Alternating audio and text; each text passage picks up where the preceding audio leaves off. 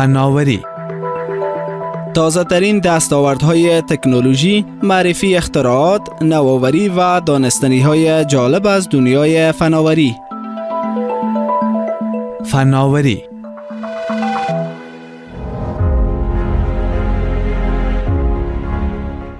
با نام یاد خداوند یکتا و به همتا هموطنان عزیز سلام. آرزوی صحتمندی شما را دارم. زندگیتون به خوبی و قشنگیش تا این دم گذشته باشه. شما همین اکنون برنامه فناوری را از رادیو امید و صفحات اجتماعی امید شنونده هستین.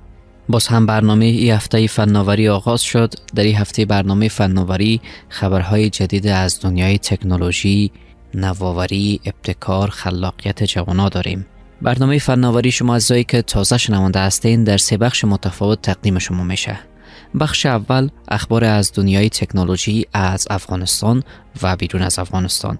بخش دوم برنامه زندگی نامه افراد تاثیرگذار در بخش تکنولوژی.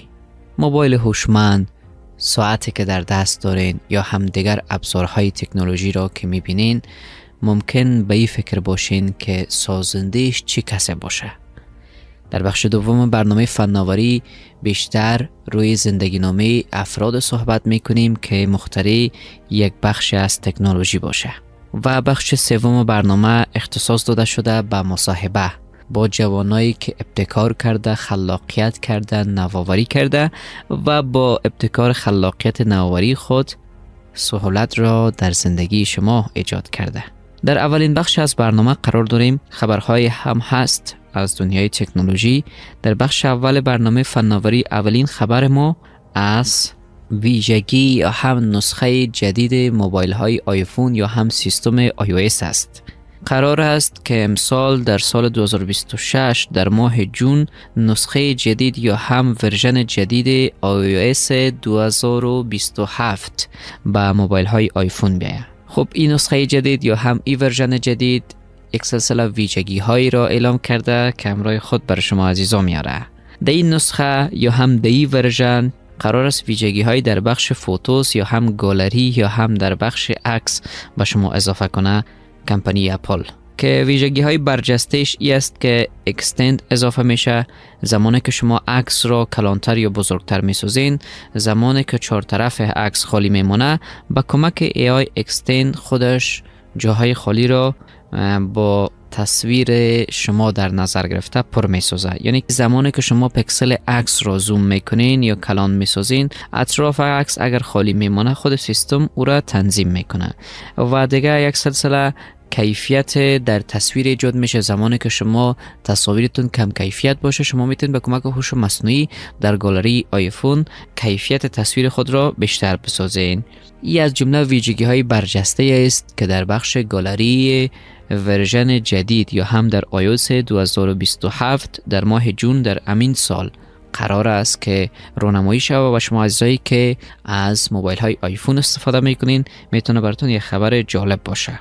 خبر بعدی برنامه فناوری ما از کشور ترکیه است. حالا به دلیل از این که ویدیوهای خشونتبار در شبکه‌های اجتماعی زیاد شده و میتونه روان کودک‌ها را آسیب بزنه، کشور ترکیه هم با جمع از کشورهایی که قبلا تصویب کرده بود که کودکان زیر 15 سال نمیتونه شبکه‌های اجتماعی استفاده کنه، کشور ترکیه هم در این اقدام لبیک گفته و پیوست. یعنی پارلمان ترکیه قانون را تصویب کرده که کودکان زیر 15 سال نمیتونه از شبکه‌های اجتماعی استفاده کنه و فقط تاییدی قانون منتظر رئیس جمهور ترکیه اردوغان باقی مونده. زمانی که تایید شود دیگه بر اساس از این قانون شبکه‌های اجتماعی یا هم برنامه‌های اجتماعی که کودکای زیر 15 سال قبلا استفاده میکرد ممنوع میشه. بر اساس این طرح برنامه‌ها باید سن کاربرای خود چک کنه و ابزار کنترل داشته باشه و ابزار کنترل باید برای خانواده‌ها فراهم بسازه که خانواده ها بتونه زمانی که اکاونت یا هم صفحه برای کودک خود در صفحات اجتماعی میسازه ببینه که واقعا برنامه اجازه برای کودکشون در سن که است میته یا خیر. این میتونه خبر خوب باشه، به خاطر کودک ها بیشتر قربانی ویدیوهای خشونتبار قرار میگیره و میتونه روی روان رفتارشون تاثیر منفی بگذاره. خبر بعدی برنامه فناوری ما از برنامه ناماشنایی است که اکثریت از افراد در سراسر جهان ازش استفاده میکنه. برنامه واتساپ. واتساپ حالا قرار است که برای کاربرا یا هم برای استفاده کنندگان آیفون آسانتر شود و امکانات جدید را پیشنهاد میکنه. حالا اپ واتساپ یا هم برنامه واتساپ که شما با نامش آشنا هستین، کاربران iOS یا هم کاربران آیفون میتونه همزمان 2 اکانت واتساپ را در موبایل خود استفاده کنه که قابلیت قبلا وجود داشت ولی فقط در موبایل های گلکسی یا هم دیگر موبایل هایی که با سیستم اندروید مجهز بود کاربران میتونست همزمان 2 واتساپ استفاده کنه. ولی حالا با آپدیت جدید واتساپ شما اجزایی که از سیستم iOS استفاده میکنین راحت میتونین همزمان در یک موبایل 2 واتساپ را استفاده کنین. خب اکثریت از افراد دوست داره 2 واتساپ داشته باشه، به دلیلی از که یک واتساپ خانوادگی با دوستایش باشه و یک واتساپ تجاری که شما حال راحت میتونین همزمان 2 واتساپ را در سیستم iOS و در موبایل های آیفون خود استفاده کنین. خبر خوبی از شرکت واتساپ بود. خبر بعدی ما از برنامه اسپاتیفای است. پیش از اینکه یادآوری کنم از این خبر، سپاسگزار هستیم از شما که شنونده برنامه فناوری از رادیو امید و صفحات اجتماعی امید هستین. برنامه اسپاتیفای که با لوگوی سبز رنگ مشهور است و اکثریت از افراد که با نام از این برنامه آشنایی داره میدونه که هدف از اسپاتیفای کدام برنامه است. برنامه اسپاتیفای برای شعر، موسیقی، البته موسیقی نسبت به فرهنگ کشورها ارائه میکنه. میتونه در کشورهای اسلامی اسپاتیفای حتی بعض از نشیدها را هم در خود جا داده. و حالا اسپاتیفای با یک اقدام جدید وارد دنیای ورزش شده و میتونه که پیشنهادهای فتنس و جیم را برای ورزشکاران ارائه کنه. این برنامه با همکاری شرکت پلیتون حالا برنامه‌های ورزشی و صنف‌های تمرینی آنلاین را هم ارائه میکنه. در کنار از اینکه قبلا میتونست کاربرا موسیقی بشنوه از اسپاتیفای، حالا میتونه که با پرداخت پول ماهانه یا هم سالانه در این برنامه بتونه که در برنامه‌های ورزشی فتنس و جیم دسترسی پیدا کنه که بیشتر از 1400 صنف ورزشی در این برنامه می باشه و کاربران میتونه که رایگان هم از این برنامه استفاده کنه و پلیلیست های ورزشی را مشاهده کنه. همچنین یک ویژگی دیگه که هست مثل یوتیوب نیست. شما میتونین راحت ویدیوهای تمرین رو دانلود کنین و در صورت که اینترنت هم نداشتین با صورت آفلاین مشاهده کنین. هیچ محدودیت در کار نیست. اسپاتیفای هدف از این کار خود را که ورزش را در برنامه خود جا داده ای است که گفته اکثر کاربرانش ورزش میکنه و این بخش جدید را اضافه کرده تا برنامه بیشتر از یک موزیک پلیر ساده باشه. بتون در کنار از او تمرین های ورزشی را برای کاربرای خود ارائه کنه. این هم سیاست از شناخت کاربرای برنامه که چقدر خوب کاربران را سروی کردن و بعد برنامه را گسترش دادن. سپاسگزار هستیم از شما هموطنان عزیز. خبر بعدی ما هم از برنامه واتساپ است. قرار است که برنامه واتساپ یا هم اپلیکیشن واتساپ با یک تغییر ظاهری مجهز شود. طراحی شیشه‌ای یا هم لیکوید گلاس که قبلا ما شاهد بودیم لیکوید گلاس را هم در سیستم iOS هم در برنامه‌های چون تلگرام. زمانی که شما وارد تلگرام میشین صفحه شیشه‌ای را مشاهده میکنین که عقب متن‌ها خالی است و به شکل شیشه میباشه. حالا قرار است که در آپدیت جدید واتساپ طراحی شیشه‌ای هم به کاربرا تقدیم شود و بالاخره کاربرای واتساپ هم از این ویژگی باز نمانند. فعلا شرکت میتا نسخه شیشه‌ای واتساپ را به صورت رسمی رونمایی نکرده، اما وارد مرحله آزمایشی شده. ای که چه زمان این ویژگی میایه هنوز معلوم نیست، ولی میتونه یک تغییر بزرگ ظاهری در برنامه پر استفاده و شناخته شده مثل واتساپ باشه. و بالاخره رسیدیم هموطنای عزیز در لحظات پایانی بخش اول برنامه. آخرین خبر ما هم از کشور ژاپن است. ژاپن که امروزه قدم به قدم با تکنولوژی همگام است. خبر ما از کشور ژاپن است کمپانی هوانوردی ژاپن ایرلاینز با استفاده از ربات‌های انسان‌نما در میدان هوایی توکیو به دنبال حل کمبود نیروی کار است. کمپانی هوانوردی یا هم کمپانی مسافربری ژاپن ایرلاینز حالا ربات‌هایی را در میدان هوایی توکیو موظف کرده که ربات‌ها با کمپانی GMO AI and Robotics یعنی ژاپن ایرلاینز یک همکاری دو به دو یا هم یک تفاهم نامه بین کمپانی GMO AI and Robotics داره که ربات‌های انسان نما را در میدان هوایی توکیو موظف کرده که ربات‌ها کارهایی را میکنه همچون انتقال بکس مسافرین، پاککاری طیاره ها و هم بعض از مسائل کوچک دیگه در میدان هوایی که میتونه کمک بسیار زیاد با نیروی انسانی داشته باشه و این اقدام در حالی است که ژاپن با کمبود نیروی کار و افزایش مسافرین روبرو است. میدان توکیو از جمله پرترافیک ترین یا هم پر جمع جوش ترین میدان های هوایی در جهان محسوب می شود که اکثریت از میدان های هوایی است در جهان که بیشتر مسافرین ترانزیتی داره که از یک کشور به کشور دیگر میره و یک ترانزیت می داشته باشد. در کشورهای همچون دبی، توکیو، ترکیه این کشورها میتونه که مسافرین زیاد داشته باشه و به همین دلیل اقدام شرکت ژاپن ایرلاینز کرده. این خبر هم نمایانگر ازی است که نشان میده که آهسته آهسته نقش تکنولوژی در هر عرصه زندگی بشر میتونه کمک کننده یا هم مفید باشه. سپاسگزار هستیم از شما هموطنان عزیز. در لحظات پایانی برنامه قرار داریم. بخش اول برنامه در همین جا به پایان میرسه. بخش دوم برنامه رو از همکارم سروری صاحب شنونده باشین. زندگی نامه مخترع زینه برقی رو برای شما با معرفی میگیره. زینه برقی که شما در فروشگاه ها در اماکن عمومی میبینین، ای که این زینه برقی ایدش از کجا خلق شد، چی کسی اختراعش کرد، از سروری صاحب میشنویم. سروری صاحب سلام، وقتت بخیر. علیکم سلام علیزاده صاحب. هموطنان عزیز سلام، وقت شما بخیر. به بخش دوم برنامه فناوری خوش آمدید. در این بخش برنامه میخوایم زندگی نامه مخترع زینه برقی را برایتان به معرفی بگیرم. پس برنامه را تا آخر شنونده باشید. زینه برقی یکی از مهمترین اختراعات در دنیای ترانسپورت عمودی در ساختمان‌های مدرن است. کسی که نقش اساسی در ساخت و توسعه اولیه آن داشت، جیسی ویلفرید رینو بود. او در سال 1861 میلادی به ایالات متحده آمریکا به دنیا آمد. خانواده‌اش از طبقه متوسط بودند و از همان کودکی علاقه زیادی به علم، تکنیک و اختراعات از خود نشان میداد. جیسی رینو در دوران مکتب شاگرد کنچکاو بود و همیشه تلاش میکرد بفهمد ماشین‌ها چگونه کار میکنند.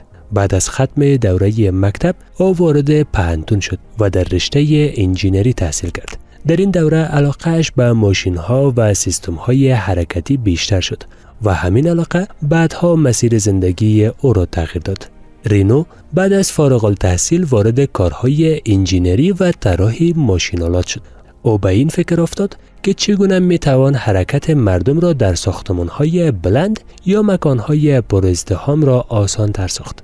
در آن زمان لفت برقی وجود داشت، اما زینه‌های معمولی هنوز مشکلی از ازدحام و خستگی‌ها را حل نکرده بود. ایده اصلی زینه برقی زمانی به ذهن جیسی رینو شکل گرفت که او به شکل جابجایی مردم در ایستگاه‌ها و ساختمان‌ها فکر می‌کرد. او به این نتیجه رسید که باید سیستم ساخته شود که مردم بتوانند بدون توقف و به شکل روان از یک طبقه به طبقه دیگر حرکت کنند. در سال 1892 میلادی رینو اولین طرح عملی خود زینه برقی را ثبت کرد. این دستگاه در حقیقت یک تسمه مایل با تسمه‌های متحرک بود که مردم می توانند روی آن ایستاد شود و به آرامی بالا یا پایین بروند.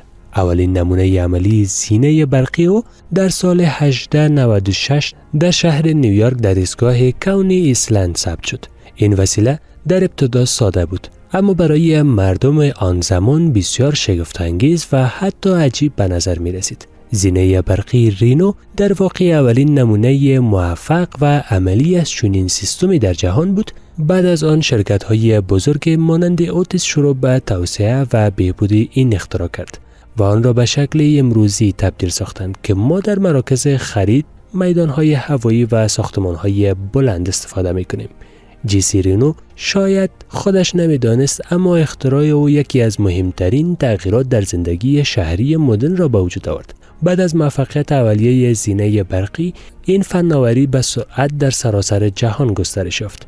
بعدها انجینران دیگر طراحی او را بهتر کردند، پله‌ها را به شکل امروزی ساختند و سیستم‌های امنیتی به آن اضافه کردند. در نتیجه زینه برقی به یکی از وسایل اساسی در ساختمان‌های بزرگ تبدیل شد. هرچند نام جیسی رینو به اندازه بعضی مخترعان دیگر مشهور نشد، اما نقش او در تاریخ انجینری بسیار مهم است. بسیاری از تاریخ‌نگاران او را پدر زینه برقی می‌دانند. جیسی ویلرد رینو در سال 1947 میلادی درگذشت، اما اختراع او همچنان زنده است و هر روز میلیون‌ها نفر در سراسر جهان از آن استفاده می‌کنند. شنونده های عزیز، بخش دوم برنامه فناوری همینجا به پایان رسید. ادامه برنامه بعد از یک میان برنامه کوتاه.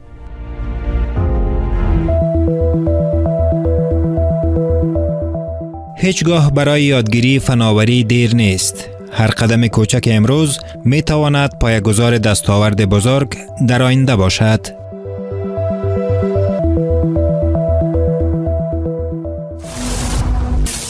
از اتصال همزمان چند وسیله پرمصرف به یک ساکت برق خودداری کنید. این کار ممکن است منجر به آتش سوزی شود.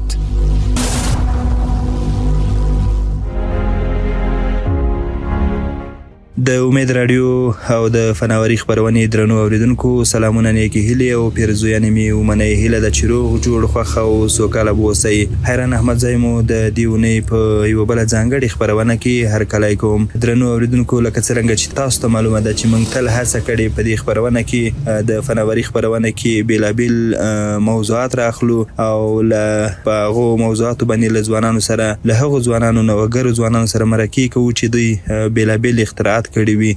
نن بیا هم موږ توانېدلی یو چې پکتیا کې له هغه ځوان سره مرکه وکړو چې نوموړي د موبایل د سیګنال د قوي کېدو لپاره یوه داسې آله اختراع کړې ده چې هغه د موبایل سیګنال راکش کوي، یعنی کوم ځایونو کې چې انټرنیټ سم کار نه کوي یا هم د موبایل سیګنال سم کار نه کوي، د دغې آلې په واسطه باندې کېدلی شي چې همدغه آله سیګنال راکش کړي او موبایل قوي کړي. نو دا چې دا څه ډول وسیله ده او څنګه اختراع شوې ده، په ساده ډول یې څومره جوړه کړې ده، په همدې اړه به له دغه ځوان سره مرکه وکړو.